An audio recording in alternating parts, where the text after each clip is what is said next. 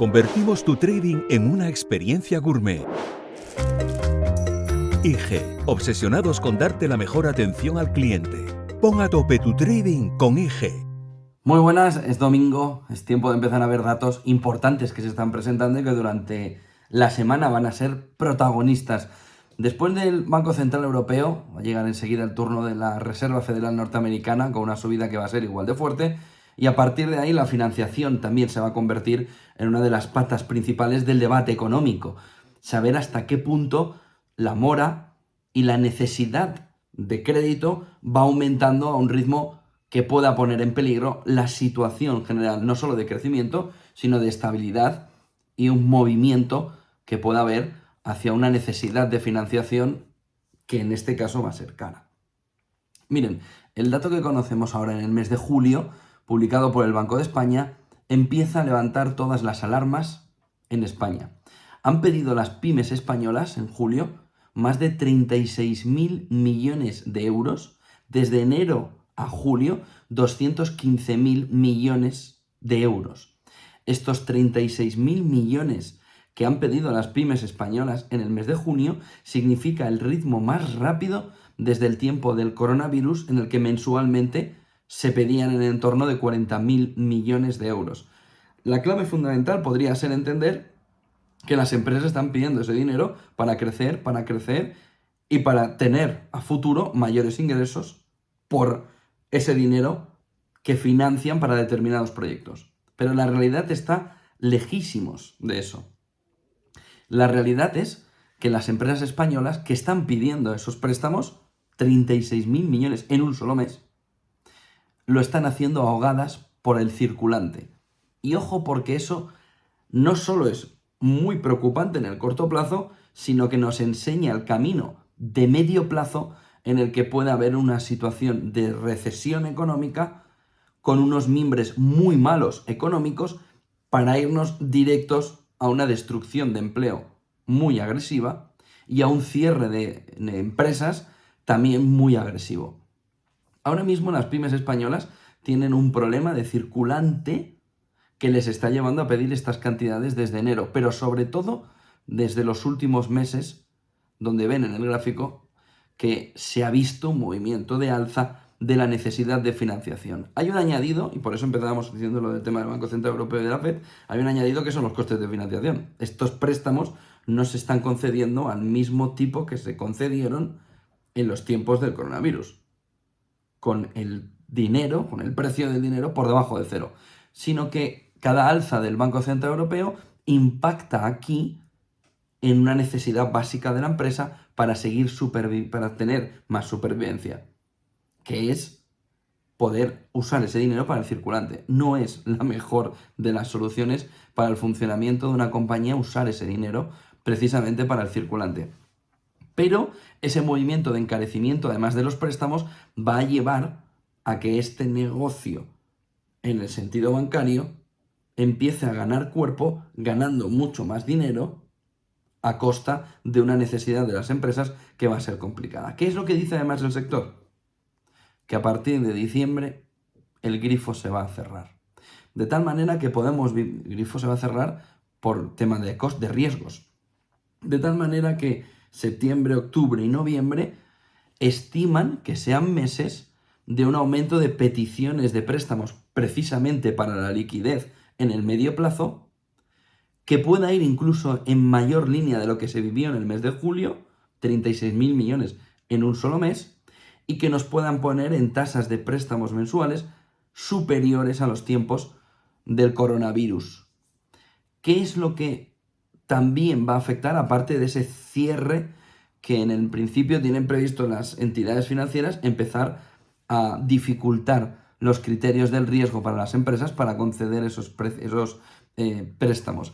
Miren, el otro punto fundamental, tenemos el aumento del coste, tenemos la dificultad de acceso precisamente a esos préstamos y tenemos también la dificultad que ahora mismo pueden tener los bancos para ofrecer ese dinero por el impuesto de los beneficios caídos del cielo, que entra enseguida en vigor y que son aproximadamente 50.000 millones de euros de impacto.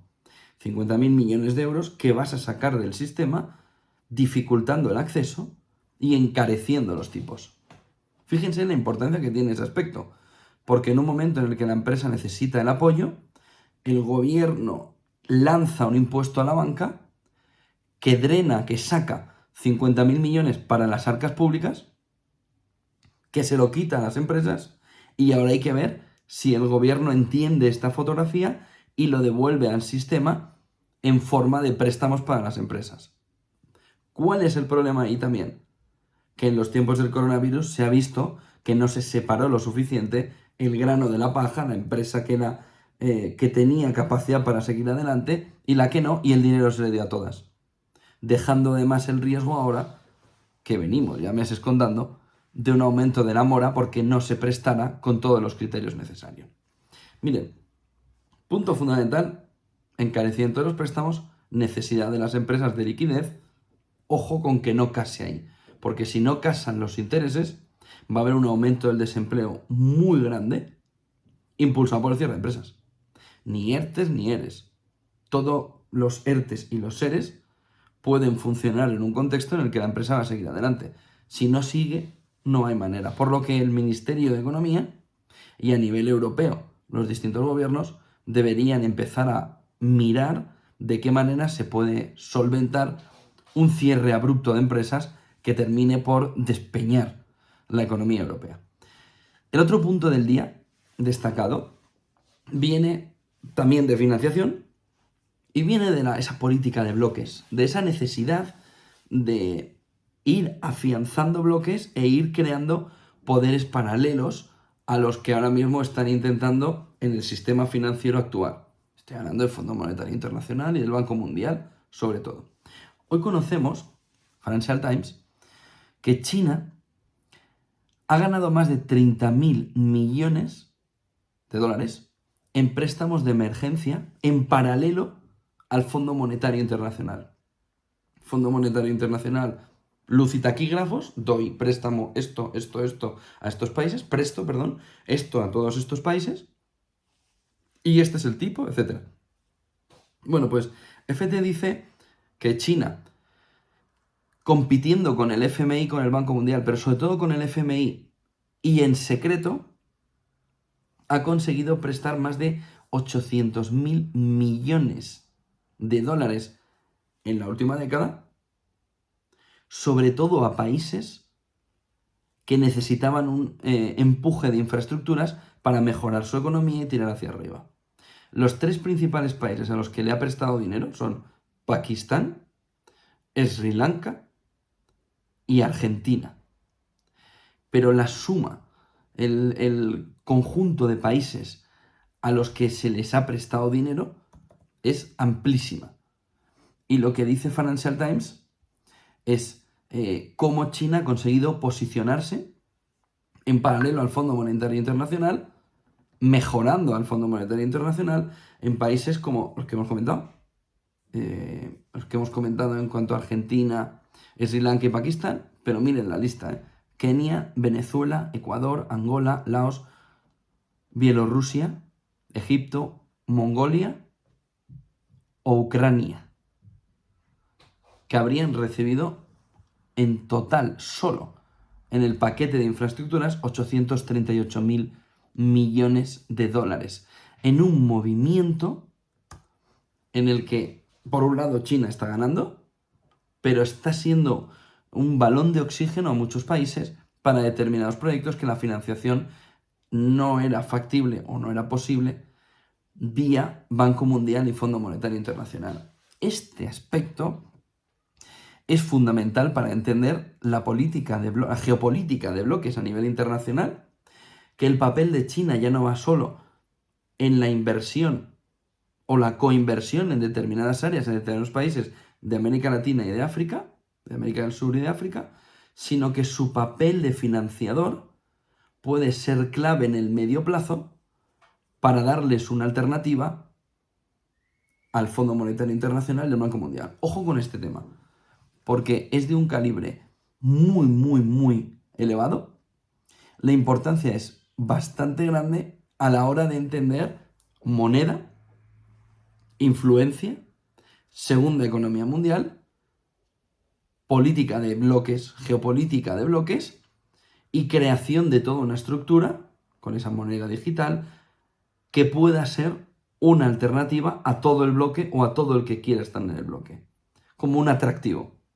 Ojo, porque es destacado en esta mañana cómo China está intentando estar en paralelo al Fondo Monetario Internacional, FMI, además como no tiene que dar ninguna explicación a nadie, pues hace todo el movimiento de préstamo y se acabó. El último punto que les quería destacar del día viene del tope al petróleo, que es el asunto fundamental también que estamos viendo en las últimas semanas. Parece que en diciembre llega ese tope al petróleo, parece que en diciembre, antes, conoceremos el dato del tope al que Estados Unidos, me imagino que Europa se va a unir a lo que diga Estados Unidos, para fijarlo. Ayer conocíamos que Estados Unidos afirmaba que todo el que compre al tope del petróleo o por debajo del tope del petróleo no tendrá que preocuparse por las sanciones, de tal manera que lo tendrán por fuera. Falta un aspecto fundamental, que es que Rusia quiera comprar. Pero el movimiento es muy importante, porque Estados Unidos cede a una relación bilateral la compra del petróleo ruso por el tope. Es decir, primera temporada de toda esta historia, sanción, sanción, sanción, sanción. Esto ha quedado antiguo y se queda en la primera temporada. Parece como que nos hemos olvidado de las sanciones, entre comillas, y ahora le dejamos a los países que compren, ya no hay sanciones, a cambio de que compren al precio que Estados Unidos quiere que compren.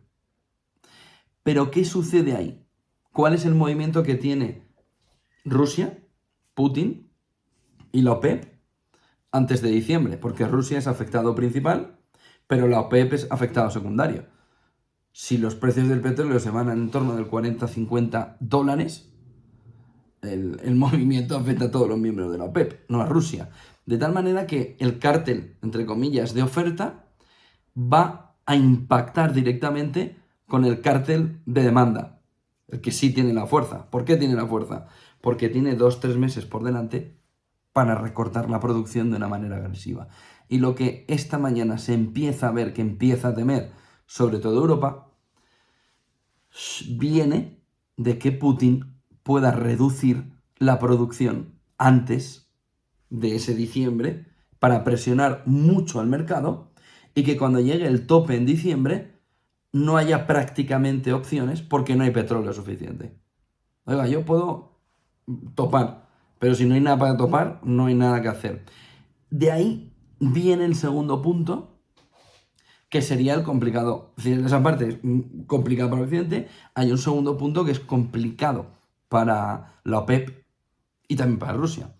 Y es que los pozos de petróleo no se pueden cerrar así porque sí, se rompen. De tal manera que gran parte de la producción de petróleo en tiempos del coronavirus no se ha recuperado. Miren en este gráfico. El movimiento ha sido de mantenerse, sobre todo en un momento inicial, pero a unas tasas muchísimo más bajas. De tal manera que un cierre, y es con lo que juega Estados Unidos y Europa, Occidente en general, es que si yo te presiono con el tope y tú cierras, también pierdes. Porque al cerrar estás rompiendo muchos pozos de petróleo. De tal manera que la OPEP va a tener que jugar, va a tener que hacer un balance entre sí, quiero cortar, pero no puedo cortar todo lo que quisiera.